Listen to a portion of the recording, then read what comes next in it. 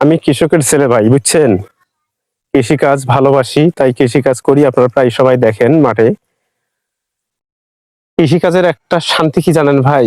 যখন এই যে আবাদগুলা যে আমরা রোপণ করি, এই আবাদগুলা যখন ভালো হয়, সুন্দর হয়, আর ওটা বিক্রি করে যখন গদা, গদা টাকা পাওয়া যায়, তখন কিন্তু খুব ভালো লাগে, শান্তি লাগে, প্রশান্তি লাগে ভাই, বুঝছেন?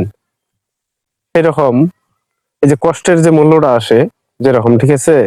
এই ঠিক সেরকম ভাবে ভাই, যখন আমরা এই কষ্ট করে ভিডিওগুলা তৈরি করি, আপলোড করি, আপনারা যখন দেখেন, আপনাদের সামনে যায় স্ক্রল করেন না, সুন্দর করে দেখেন। দেখার পর যখন আপনারা ভিডিওটাকে সুন্দর করে একটা লাইক বা কমেন্টস এবং শেয়ার করে পাশে থাকেন, উৎসাহিত করেন, তখন কিন্তু খুবই ভালো লাগে ভাই, বুঝছেন? ঠিক ওই প্রশান্তিটা আসে যেভাবে একজন ফার্মার্স মানে ফসল বিক্রি করার পর এই অর্থটা নিয়ে যে শান্তিটা পায়, সেরকম, বুঝছেন? এবারও কিন্তু এই যে ফসল লাগাইছি, ভুট্টা লাগাইছি, মরিচ লাগাইছি, টমেটো লাগাইছি, পাট শাক মানে মেরা শাক, আবার বেগুন, আবার লাল শাক, হ্যাঁ?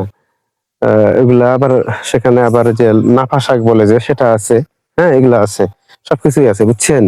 আহ সবকিছু বলতে হ্যাঁ, গাজর আছে, মূলা আছে, হ্যাঁ? এভাবেই আমরা কিন্তু বেশিরভাগ মানে আবাদি জিনিসই খাই, বুঝছেন? খুব কম কেনা লাগে আমাদেরকে খাইতে। খুবই কম কেনা লাগে।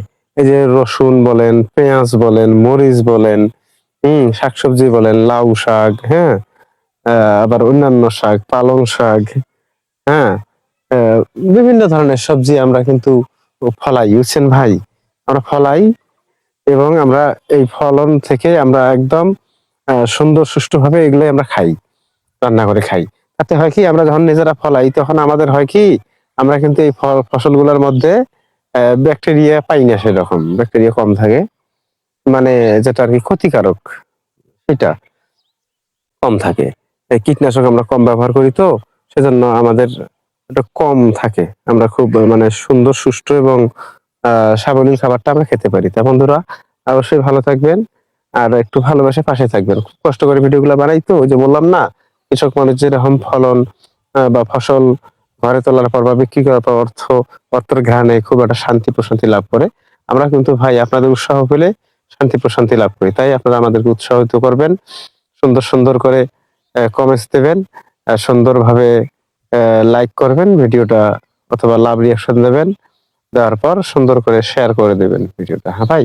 ধন্যবাদ। সকলকে আসসালামু আলাইকুম ওয়া রাহমাতুল্লাহি ওয়া বারাকাতুহু। ধৈর্য ধরে ভিডিওটা দেখার জন্য আবারও ধন্যবাদ।